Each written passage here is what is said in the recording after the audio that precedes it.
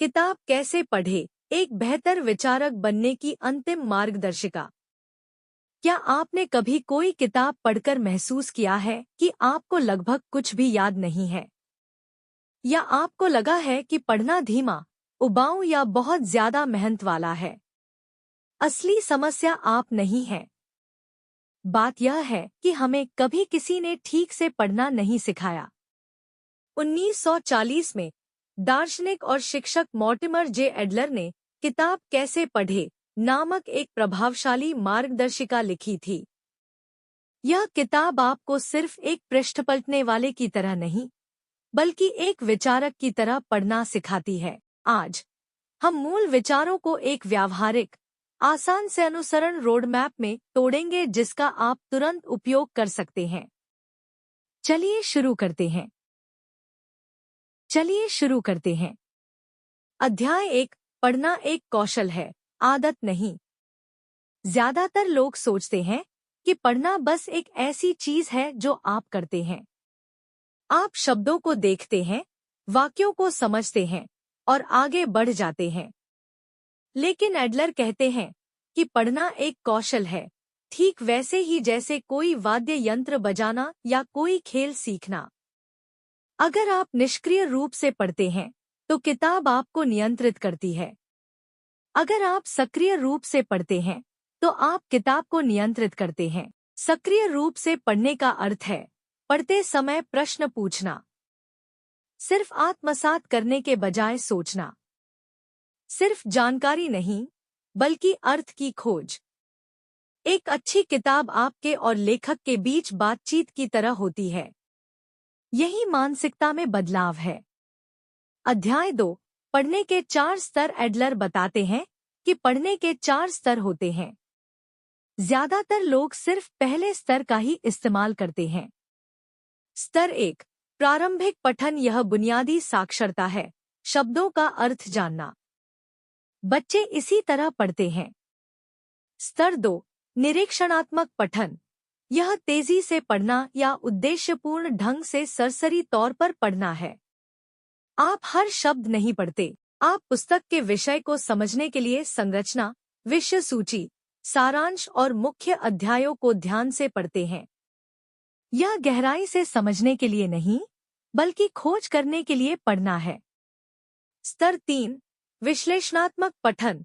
यह गहन पठन है, ऐसा पठन जिसमें आप सोचते हैं, नोट्स लेते हैं और तर्कों को समझते हैं। आप पूछते हैं, लेखक क्या कह रहा है? क्या यह सच है? इसका क्या अर्थ है? यहीं पर वास्तविक सीख होती है। स्तर 4।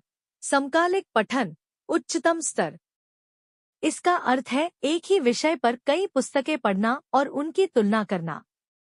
यहाँ आप केवल लेखकों से नहीं सीख रहे हैं, आप अपनी राय बना रहे हैं। विश्वस्तरीय विचारक इसी तरह पढ़ते हैं। अध्याय 3। प्रत्येक पुस्तक से पूछे जाने वाले 3 प्रमुख प्रश्न। एडलर कहते हैं कि प्रत्येक अच्छे पाठक को लगातार यह पूछना चाहिए। 1। क्या यह पूरी किताब किस बारे में है? 2। विस्तार से क्या कहा जा रहा है और कैसे? 3। क्या किताब सच है? इसका कौन सा हिस्सा? 4। इसका क्या? यह मेरे लिए क्यों मायने रखता है? ये प्रश्न किसी चीज को एक दिन याद रखने और उसे जीवन भर याद रखने के बीच का अंतर है। अध्याय 4। किताब को कैसे चयनित करें। एडलर किताबों के अंदर लिखने में दृढ़ विश्वास रखते हैं। क्यों? क्योंकि लिखना निष्क्रिय पठन को सक्रिय चिंतन में बदल देता है। अपने चयनित करें। मुख्य वाक्य, प्रश्न, नए विचार, तर्क जिनसे आप सहमत या असहमत हैं। आपके अंक लेखक के साथ आपकी बातचीत है। आप सिर्फ एक किताब नहीं पढ़ते, आप उसे अपने मन में फिर से लिखते हैं। अध्याय 5। विभिन्न प्रकार की किताबें पढ़ना। सभी किताबें एक जैसी नहीं पढ़ी जानी चाहिए। एडलर इनके लिए विशिष्ट सलाह देते हैं। व्यावहारिक किताबें, कल्पनाशील साहित्य, वैज्ञानिक किताबें, दर्शन, इतिहास, कविता। उदाहरण के लिए एक स्वसहायता पुस्तक में व्यावहारिक चरणों को समझना आवश्यक होता है। एक दर्शन शास्त्र पुस्तक में प्रत्येक तर्क के तर्क का पालन करना आवश्यक होता है। एक उपन्यास का अनुभव होना चाहिए, न कि उसे अनुच्छेद दर अनुच्छेद विच्छेदित करना चाहिए। अच्छे पाठक अपनी पठन शैली को अनुकूलित करते हैं। अध्याय 6। पठन का अंतिम लक्ष्य। पठन का अंतिम उद्देश्य जानकारी नहीं है, बल्कि समझ है। जानकारी मन को भर देती है, समझ मन को रूपांतरित कर देती है। जानकारी से भरा व्यक्ति परीक्षा उत्तीर्ण कर सकता है। समझ वाला व्यक्ति अपना जीवन बदल सकता है। सारांश और निष्कर्ष। पुस्तक कैसे पढ़े का सार 5 बिंदुओं में इस प्रकार है। 1. पढ़ना एक सक्रिय कौशल है, निष्क्रिय गतिविधि नहीं। 2. पठन के 4 स्तरों का प्रयोग करें, केवल पढ़े नहीं, विश्लेषण करें। 3. पढ़ते समय हमेशा प्रश्न पूछें। 4. अपनी पुस्तकों पर निशान लगाएं, पढ़ने को चिंतन में बदलें। 5. केवल अधिक जानने के लिए नहीं, बल्कि अधिक बनने के लिए पढ़ें। आउट्रो बटा कार्रवाई का आह्वान।